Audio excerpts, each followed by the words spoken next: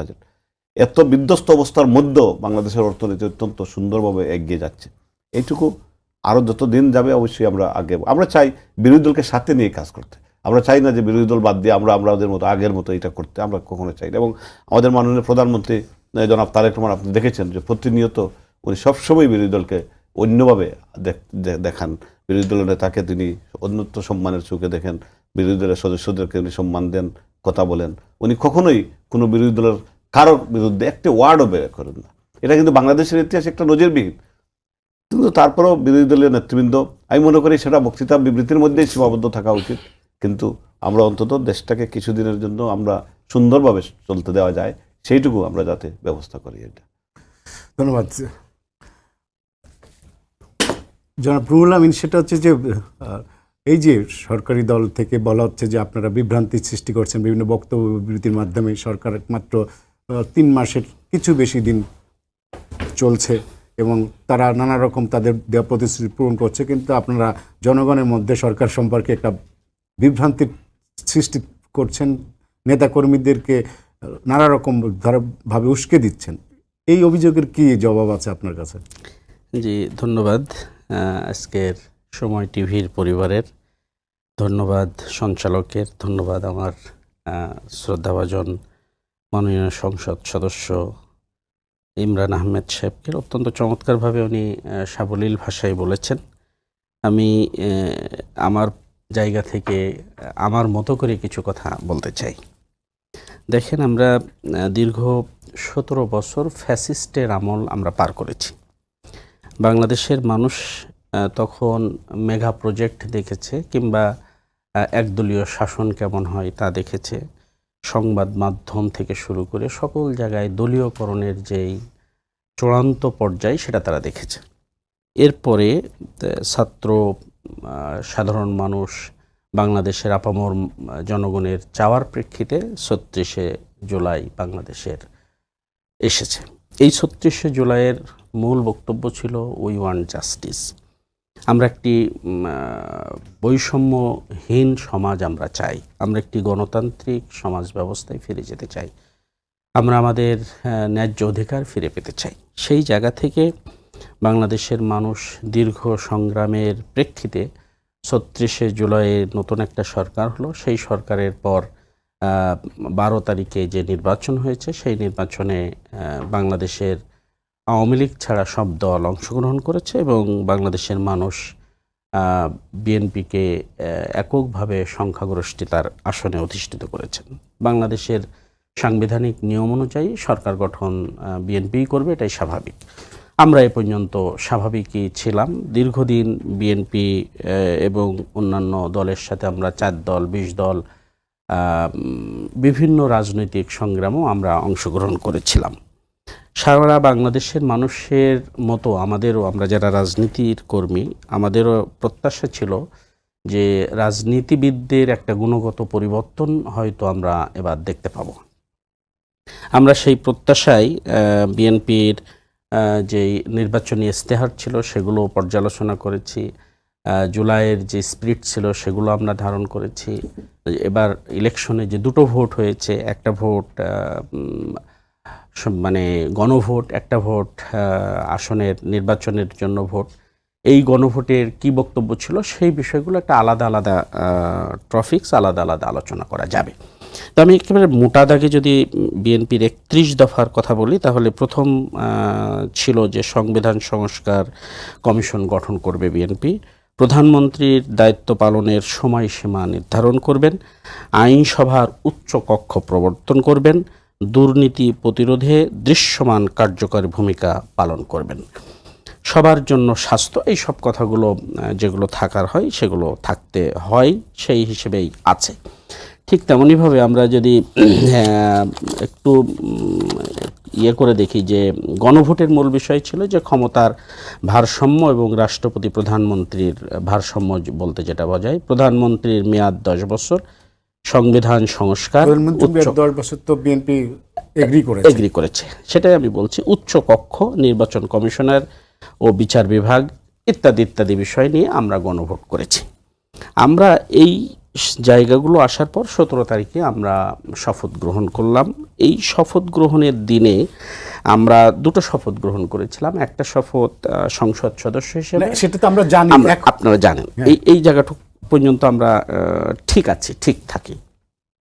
এরপরে আমরা হঠাৎ করেই দেখলাম যে বাংলাদেশের গণতন্ত্রের মূল যে বিষয়, যে সাধারণ মানুষের মতামত, সাধারণ মানুষ যেটা চায় নির্বাচন, এর ভিত্তিতেই সব কিছু হবে। হঠাৎ করেই আমরা দেখলাম যে সিটি কর্পোরেশনগুলোতে বিএনপি প্রশাসক বসিয়ে দিলেন। তো আমরা ভাবছিলাম যে এইটুকু জায়গায় হয়তো থাকবে, এইটুকু থাকলেই ভালো হতো। এবং এই যে প্রশাসকগুলো বিএনপি নিযুক্ত করলেন, সবগুলো দলীয়, যারা সিটি কর্পোরেশনের ইলেকশন করবেন বলে আমরা বিভিন্ন তথ্যের ভিত্তিতে জানতে পাচ্ছি। এরপরে 42টা জেলা পরিষদে তারা প্রশাসক দিয়ে দিলেন। বিশ্ববিদ্যালয়গুলো থেকে শুরু করে সকল জায়গার ভিসি পরিবর্তন। আপনি যদি দেখেন যে ইউনূস সরকারের আমলের যে ভিসিগুলো, এই ভিসিগুলোর একাডেমিক ব্যাকগ্রাউন্ড এবং বর্তমান ভিসিদের একাডেমিক ব্যাকগ্রাউন্ড যদি দেখেন, তাহলে দেখবেন তুলনামূলকভাবে তুলনা করা সহজ। আমি আপনাকে একটু ইন্টারাপ্ট করি। সেটা হলো, একটা দলীয় রাজনৈতিক সরকার যখন ক্ষমতায় আসে, তখন তো তাদের মতো করে তারা চিন্তা করে। রাইট। আমরা এই পয়েন্টটুকু আপনি যদি মনে রাখেন তাহলে খুব ভালো হবে। দলীয় রাজনীতিতে আসার পরে দলের মতো করেই ভাববে, এই কথাটুকু তে আমরা যদি ফিরে আসতে চাই, তাহলে দেখব যে 42টা জেলা পরিষদ হয়ে মানে প্রশাসক তৈরি হলো, বিশ্ববিদ্যালয়গুলো হলো, সচিবগুলো পরিবর্তন হলো, ডিসিগুলো দলীয়করণ হলো, এসপিগুলো দলীয়করণ হলো এবং ইউনোগুলো দলীয়করণ হলো। এই যে ব্যাপক দলীয়করণ, এই দলীয়করণটা কিন্তু অল্প দিনে দৃশ্যমান হয়ে গেছে। কেউ রাজনীতি দর্শনের বাইরে না। আমি একটা রাজনীতি করি, আপনি একটা করবেন, আরেকজন আরেকটা করবে, আরেকজন আরেকটা করবে, এটা খুব স্বাভাবিক জিনিস। কিন্তু সেটা যখন খুব ওপেন সিক্রেট হয়ে যায়, একটা দলীয় ব্যক্তির কারণে অন্য আরেকজনকে নিয়ে এসে যাওয়া হয়। আমরা যেমন আবার সেই ফ্যাসিস্টের কথা বলতে হয় যে কোনো থানায় যদি কনস্টেবল গোপালগঞ্জের থাকতো, ওসি সাহেবকে তারা গুনতো না।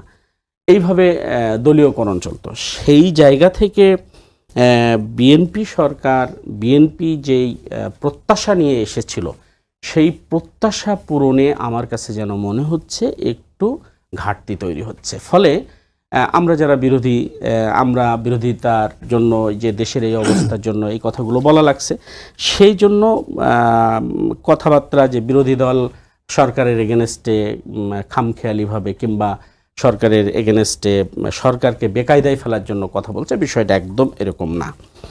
এরপরে আপনারা আসেন যে এই সরকার এই 3 মাসে কিছু কৃষি কার্ড দিয়েছে, ফ্যামিলি কার্ড দিয়েছে, হেলথ কার্ডের প্রস্তুতি আছে, পররাষ্ট্রমন্ত্রী জাতিসংঘের সভাপতি হয়েছেন। এইগুলো সবই পজিটিভ, অবশ্যই এগুলো পজিটিভ, রাজনীতির জন্য পজিটিভ থাকবে। হ্যাঁ, এগুলো অবশ্যই পজিটিভ। এখন এই জায়গা থেকে যদি এইটুকু করার পরে যেইগুলো আমি বললাম এইগুলো না করতেন, তাহলেই আমাদের আর এই কথাগুলো বলার প্রয়োজন হতো না। এখন ইসলামী ব্যাংকের কথা আমরা আসি। আপনারা জানেন, আমরা সবাই জানি, বাংলাদেশের যারা, যে ইসলামী ব্যাংক এই উপমহাদেশের একটা শ্রেষ্ঠ ব্যাংক হয়েছিল। সেটা আওয়ামী লীগ সরকারের আমলেও হয়েছিল। তাদের যে রিজার্ভ, তাদের যে তারল্য, তাদের যে আমি এই প্রসঙ্গে একটু পরে আসবো, ইসলামী ব্যাংক প্রসঙ্গে।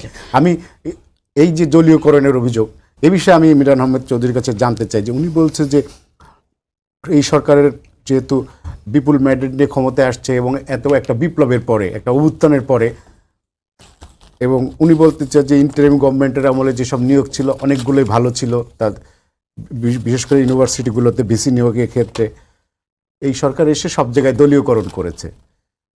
তো আপনার কি জবাব আছে? ধন্যবাদ।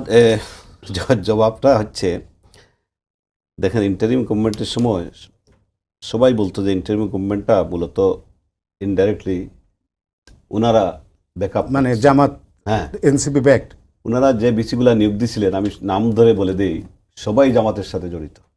কেউ ডাইরেক্ট অথবা ইনডাইরেক্ট। আগের ঢাকা বিশ্ববিদ্যালয়ের বিসি বলেন, ওনারা হয়তো ওনাদের তো আবার রাজনীতি, আমি সম্মানের সাথেই বলছি যে রাজনৈতিক ইয়েটা আইডেন্টিফিকেটা অনেক সময় তো বাসে গুপ্ত না, থাকে, এটা তো একটু ইয়ে থাকে। হাইট থাকে। তারপরেও আমি বলতে চাই যারা এই বিসি নিয়োগ দেওয়া হয়েছে সব জায়গায় তারা সব বিসি জামাতের পক্ষে কাজ করছে এবং ওপেন সেক্রেটারি কাজ করছে। এটা আমি উদাহরণ ঢাকা ইউনিভার্সিটি সব জায়গায় বলতে ঢাকা ইউনিভার্সিটি ছাড়া আর কোথায় ছিল? হ্যাঁ, ঢাকা ইউনিভার্সিটি আছে, আমাদের শাহজালাল বিশ্ববিদ্যালয় ছিল, আরো অনেকগুলো। আমি এখন ওপেন এয়ারে যদি আমি বলি সেটা আসলে বেমানান হয়ে যায়। অনেক জায়গায় ছিল এটা, ওনারা করেছেন। কিছু কিছু জায়গায় হয়তো বিসি নিয়োগ দিচ্ছেন, সঠিক নিয়োগ দিচ্ছেন। এটা তো ইন্টারিম গভর্নমেন্ট যেহেতু দিয়েছেন, এখন স্বাভাবিকভাবে এটা তো লোকাল বিশ্ববিদ্যালয়ের ছাত্রছাত্রীরা, শিক্ষকরা এখানে প্রতিবাদ এসেছে, বা বিশ্ববিদ্যালয়ের সুষ্ঠু পরিচালনার সাথে সবাইকে নিয়ে বিসিরা নিয়োগ হয়েছে। আর বিসিরা তো সাধারণত ওইভাবে তো দলীয় হয় না, কারণ এরা ডাইরেক্টলি দলের সাথে সম্পৃক্ত না, হয়তো দলে মাইন্ডেড থাকতে পারে বা সাপোর্ট থাকতে পারে, কিন্তু বিসিরা তো স্বাভাবিকভাবেই প্রশাসনিক কার্যক্রমগুলো তারা তাদের মতো করে চালান, যাতে ছাত্রছাত্রীদের পক্ষে, যাতে সবাইকে নিয়ে একটা বিশ্ববিদ্যালয়কে শিক্ষার কার্যক্রমটুকু চালিয়ে যাওয়ার জন্য। ডিসিএসপি বলেছেন, দেখেন ইন্টারিম গভর্নমেন্টের সময় যদি দলীয় বলেন, হাইয়েস্ট হতো 8 থেকে 10 জন ডিসি ছিল বিএনপি মনোভাব সম্পন্ন, বাদ বাকি সব ডিসিগুলোই ওনাদের মনোভাব সম্পন্ন ছিলেন। এটা তো আমরা জানি, বা উনিও জানেন সেটা। এসপিরাও অনেক ক্ষেত্রে ওইভাবেই ছিল। তারপরেও এইগুলা দেখেন এখনো ফ্যাসিস্টদের নিয়োগ দেওয়া অনেক অফিসাররা রয়ে গেছে, কারণ আপনি তো রাষ্ট্রকে রাতারাতি পরিবর্তন করতে পারবেন না, পরিবর্তন করতে হবে, লোক তো পাইতে হবে, লোক তো পাইতে হবে, যার জন্য এটা পরিবর্তন হয়েছে। হয়তো পরিবর্তনের ব্যাপারটুকু ওনারা একটু বেশি করে ধরছেন, বিকজ একটা পলিটিক্যাল গভর্নমেন্ট, তাদের নিয়োগটা তো একটু পলিটিক্যালাইজড কিছুটা তো হবেই, এটা তো স্বাভাবিক। আপনি বলেছেন, উনি বলেছেন যেটা ওই যে জেলা পরিষদের ব্যাপারটা, হ্যাঁ, জেলা পরিষদের প্রশাসকরা নিয়োগ দেওয়া হয়েছে, এরা পলিটিক্যাল, এটা তো একটা পলিটিক্যাল গভর্নমেন্ট, তো তাদের পলিটিক্যাল আইডিওলজি থেকে বিশ্বাসী কিছু নেতৃত্ব সেখানে বসাবে, কারণ এখানে প্রশাসক নিয়োগের প্রয়োজন ছিল। কারণ হচ্ছে বিগত 1.5-2 বছর থেকে এখানে মানুষ খুব কষ্টে ছিল, মানুষকে যে একটা সার্টিফিকেট নিবে, প্রশাসনিক মানুষের ক্ষমতার মানুষের কাছে আসতে হয়। একজন টিএনও বলেন বা তাদের অফিসাররা বলেন, তারা বিভিন্ন ওয়ার্ডের দায়িত্ব পালন করছে, এটা তো অনেক কষ্টের। এর জন্য সাময়িকভাবে এই প্রশাসকটা নিয়োগ দিচ্ছেন, দেওয়ার পরে এটা আমাদের মাননীয় প্রধানমন্ত্রী বলেছেন, এবং আপনাদের স্থানীয় সরকার মন্ত্রী উনি বলেছেন যে যত তাড়াতাড়ি সম্ভব এটা নির্বাচন হবে, নির্বাচনের মাধ্যমে একটা নির্বাচিত চেয়ারম্যান আসবে, মেম্বার আসবে, মেয়র আসবে, এটা যত তাড়াতাড়ি সম্ভব এটা হয়ে যাবে নির্বাচন। সুতরাং আমি মনে করি এই বক্তব্যগুলো আসলে সর্বক্ষেত্রে সঠিক না, এবং এটা মানে আপনি দলীয়করণের অভিযোগটা অবশ্যই না, আমরা দলীয়করণ করতে চাই না, দলীয়করণ করার মতন কোনো ইচ্ছা অনিচ্ছা আপনারা দেখেছেন অনেকাংশে, কিন্তু আপনাদের সব জায়গায় কিন্তু আপনাদের পদধারী লোকজন প্রশাসক না, এটা তো এটাই বলছি যে পলিটিক্যাল গভর্নমেন্ট, কিছু তো পলিটিক্যাল লোকজন আসবেই, সেটা কারণ আপনি মনে করেন যে প্রশাসক, এটা মনে করেন উনি সেই সমাজ, এই এলাকার সব কিছু দেখাশোনা করবেন, এটা যদি পলিটিক্যাল লোক এখানে না বসে, তাইলে কিন্তু এই মানুষদের কাছে কাছে এই যাওয়া সম্ভব হবে না, অন্য কেউ সেটা পারবে না। যেটা প্রুভড হয়েছে যে 5ই আগস্টের পরে যারা প্রশাসনিকভাবে অফিসাররা যেখানে দায়িত্বে ছিল, কর্মকর্তারা স্বাভাবিকভাবে তারা এই এলাকারই না, লোকাল থাকে না, সুতরাং তাদের মাধ্যমে এই এলাকার সমস্যাগুলো চিহ্নিত করে সমাধান করা, বা তাদের সাথে মানুষের সাথে তাদের অ্যাটাচমেন্টটা, এটা মানে সম্ভব না, যার জন্য এখানে পলিটিক্যাল লিফটেই দেওয়া হয়েছে। সুতরাং এটা তো নির্বাচনের মাধ্যমেই চলে আসবে, নির্বাচনের মাধ্যমে ওনারা অংশ নেবেন, ওনাদের প্রার্থীরাও সিলেকশন করছেন, ওনাদের প্রার্থীরা কিন্তু অনেক আগতেই সিলেকশন করে কাজকর্ম করছেন, ভালো জিনিস, এটা পলিটিক্যাল ক্যাম্পেইন করছেন। সুতরাং এটা তো সামনের দিনে যখন নির্বাচন হবে, এটা তো আর তখন আর পলিটিক্যালি থাকবে না, তখন ইলেকটেড প্রশাসকরা বা ইলেকটেড মেয়ররা বা ইলেকটেড চেয়ারম্যানরা চলে আসবে। সুতরাং এটা নিয়ে আমার মনে হয় যে আমরা আমাদের রাজনীতির অঙ্গনকে মানে এত বেশি করাটা আমাদের মনে হয় এটা সঠিক না। আমি আপনার কাছে আছি রুহুল আমিন সাহেব, সেটা হচ্ছে যে ইসলামী ব্যাংকের, যেটা ইসলামী ব্যাংকে নতুন চেয়ারম্যান নিয়োগ করার পরে গ্রাহকরা আন্দোলন শুরু করলো, কিন্তু অভিযোগ আছে এইসব গ্রাহক আসলে যতটা না গ্রাহক, তার চেয়ে বেশি আপনাদের দলের নেতাকর্মীরা এটা এই আন্দোলনটা শুরু করেছে, এবং বিভিন্ন সময় আমরা বিভিন্ন জায়গায় দেখেছি। আরেকটা জিনিস হচ্ছে, সেটা হচ্ছে যে একটা ইসলামী ব্যাংক তো জামাত ইসলামী না এখন, তো জামাত ইসলামী এই ইসলামী ব্যাংককে নিয়ে এত কেন, উদ্বিগ্ন কেন? দেখেন, আমরা খুব ছোট করে বলতে চাই যে ইসলামী ব্যাংক শুধু জামাত ইসলামীর ব্যাংক না, এই কথাটা খুবই সত্যি কথা, কিন্তু আমরা গোটা ইসলামী অর্থনীতিটাকে কি বলা যায়, প্রতিষ্ঠিত করার জন্য আমরা এই ইসলামী ব্যাংক, আল আরাফা ইসলামী ব্যাংক, ফার্স্ট সিকিউরিটি ইসলামী ব্যাংক, এক কথায় ইসলামী নাম দিয়ে যে ব্যাংকগুলো হয়েছে, শরিয়া ভিত্তিক যে ব্যাংকগুলো হয়েছে, আমরা প্রত্যেকটা ব্যাংকেই ধারণ করি। মানে যেহেতু আমরা বলছি যে সুদ মুক্ত অর্থব্যবস্থা চালু হোক, সেই কারণে তাদের সিস্টেম যেহেতু সুদ মুক্ত, এ কারণে আমরা এই জায়গাগুলো এসেছি। এই জায়গায় আজকে আমাদের দলের উপনেতা খুব চমৎকারভাবে সংসদে বলেছেন যে শহীদ প্রেসিডেন্ট জিয়াউর রহমান আমলেই ইসলামী ব্যাংক প্রতিষ্ঠা হয়েছিল এবং তিনিও চেয়েছিলেন যে হ্যাঁ, বাংলাদেশে একটা নতুন ধারার অর্থনীতি চালু হোক।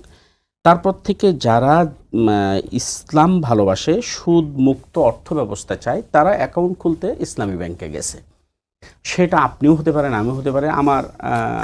আমি আপনার এই বক্তব্যের সাথে একমত, কিন্তু আমি চেয়ারম্যান নিয়োগ করার পরে কেন আপনারা ফুঁসে উঠলেন? এখন চেয়ারম্যানের এই ইসলামী ব্যাংক, এই জন্য শুধু ইসলামী ব্যাংকে আমরা ধারণ করতে চাচ্ছি না। আল আরাফা ব্যাংকের যদি এরকম সংকট হয়, আমরা আল আরাফা ব্যাংকের পাশেও যাব। সংকটটা কোথায়? মানে আমি শেষ করি তো, ইসলামী ব্যাংকের এখন একটা সংকট হয়েছে। সংকটটা কি? আমরা বলছি এই যিনি এখন চেয়ারম্যান বসানো হয়েছেন, তার প্রিভিয়াস পরিচয়টা আপনি যদি জানেন তাহলে তিনি দেখবেন যে তিনি বাংলাদেশ ব্যাংকের ডেপুটি গভর্নর ছিলেন। এখন তিনি যখন ডেপুটি গভর্নর ছিলেন তখন কোন আমলে? সেটা হচ্ছে শেখ হাসিনার আমলে। এবং তার প্রচ্ছন্ন এবং তার নিয়ন্ত্রিত পরিকল্পনা অনুযায়ী এস আলম গ্রুপের সকল কাজ সার্ভ করার জন্য ইসলামী ব্যাংকের কার্যক্রমে তিনি হাত দেন, এই অভিযোগ তার ব্যাপারে আছে। এবং এই অভিযোগের সত্যতা পাওয়া গেছে, তার ওয়াইফের নামে একটা বিরাট গিফট এক্সিম ব্যাংক থেকে তাকে দেওয়া হয়েছে। এখন আমাদের কথা হচ্ছে একজন ব্যক্তি, এরকম আরও তো অনেক ব্যক্তি আছে, যে কোনো একজন ব্যক্তিকে আরেকজন ব্যক্তিকে আপনারা দেন। একেবারে যিনি এস আলমের সাথে খুবই ঘনিষ্ঠ ছিলেন, যিনি শেখ হাসিনার সরকারের সাথে ঘনিষ্ঠ ছিলেন, যিনি বাংলাদেশ ব্যাংককে ভালোভাবে চালাতে পারেননি, যিনি দুর্নীতির দায়ে অপদস্থ হয়েছেন, যিনি দুর্নীতির দায়ে কি বলা যায় প্রমাণিত হয়েছেন, এরকম একজন ফ্যাসিস্টের মানুষকে নিয়ে এসে আবার এই এস আলমের গ্রুপের টাকার মাধ্যমে, এস আলমের মাধ্যমে যে টাকা পাচার হয়েছে, তাকে আবার নিয়ে আসা ইসলামী ব্যাংকে, এটুকু কি না করলে হতো না? বিএনপির হাতে তো বহু লোক আছে। আচ্ছা, আমি যুক্তির খাতিরে আপনার এটা মেনে নিলাম, কিন্তু আমার এক বক্তব্য হচ্ছে যে এই জিনিসটা তো প্রশাসনিকভাবে আপনারা বাংলাদেশ ব্যাংকের গভর্নরের সাথে বসতে পারতেন, এটার জন্য মাঠের আন্দোলনটাকে কেন আপনাকে জমাতে হলো? ওকে, ফাইন। আর একটা ব্যাংকের গ্রাহক কি ঠিক করবে যে সেই ব্যাংক কিভাবে চলবে? দেখেন, আপনি তো আপনার বাড়িটা ঠিক করবেন, আপনার বাড়ির কোন দিকে পর্দা লাগাবেন, কোন দিকে কি বলা যায় রান্নাঘর করবেন। রান্নাঘর আপনি গ্যাস দিয়ে করবেন না চুলা দিয়ে খড়ি দিয়ে করবেন, এটা তো আমি ঠিক করব না, এটা আপনি ঠিক করবেন। তাহলে আপনার বাসা যদি আপনি ঠিক করেন, তাহলে আমি যদি গ্রাহক ইসলামী ব্যাংকের 10 টাকা রেখে আমি যদি তার মালিক হই, আমি যদি শেয়ার কিনে তার মালিক হই, আমি যদি ওখানে টাকা নিয়ে বছরে ডিপিএস থেকে কিংবা ফিক্সড ডিপোজিট থেকে 7% কিংবা যে কোনো একটা মুনাফা পাই, তাহলে ওইটা তো আমার সোর্স অফ ইনকামের একটা জায়গা।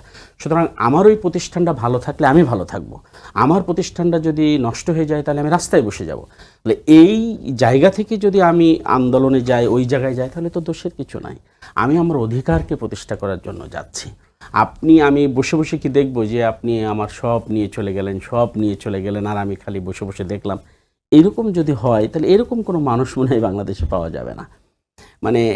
খুব সহজ করে একটা গল্প বলতে চাই। আমাদের অঞ্চলের যে একজন অঞ্চল কোনটা?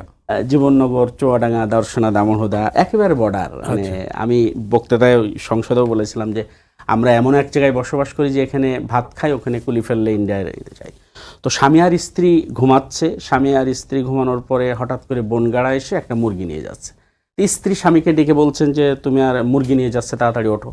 আবার স্বামী না উঠে ঘুমাচ্ছে। এরপরে কিছুক্ষণ পর আবার বনগাড়া এসে মুরগি নিচ্ছে। স্ত্রীর এবার একটু রাগ হয়েছে, একটু ধাক্কা দিয়ে বলছে তাড়াতাড়ি ওঠো, মুরগি নিয়ে গেল। এরপরে আবার স্বামী না উঠে ঘুমাইছে। তৃতীয়বারে যখন আসছে তখন স্ত্রী আশ্চর্য না করতে পেরে বলছে, মশির মতো খালি ঘুমাচ্ছ কি কারণে, ওঠো। তখন বলছে তুমি একটু থামো দিনি, আমি তো মুরগি আমার 3টে জায়গা, কিন্তু আমি বনগাড়ার আক্কেলটা দেখছি। একটা মুরগি নিয়ে গিয়ে থামে থাক, দুটো মুরগি আবার নিলি, আবার তৃতীয় মুরগি নিলি। তার মানে এই কথাটা দ্বারা আমি এই জায়গায় নিয়ে আসতে এসেছে বোঝাতে চাচ্ছি, বিএনপি বহু জায়গায় হাত দিচ্ছে, কোনো সমস্যা নেই। বিএনপি বহু রকম কাজ করছে বাংলাদেশে। দেখেন, মুখে আমরা যাই বলি, ইলেকশনের সময় বিএনপির লোকজন কিভাবে আওয়ামী লীগের লোকজনের সাথে মিশেছেন, তাদেরকে বিভিন্ন কি বলা যায় প্রতিশ্রুতি দিয়েছেন। বিএনপির মহাসচিব আমাদের মন্ত্রী মহোদয় মির্জা ফখরুল ইসলাম আলমগীরের মতো প্রজ্ঞাবান রাজনীতিবিদও বলেছেন আমরা আওয়ামী লীগের লোকজনের রাজনীতি উঠিয়ে দেব। এখন আবার যখন আওয়ামী লীগ আসছে তখন বিভিন্ন জায়গায় মিছিল মিটিং বিভিন্ন করছে। এই যে জায়গাগুলো দেখেন, বসুন্ধরা যদি বলেন,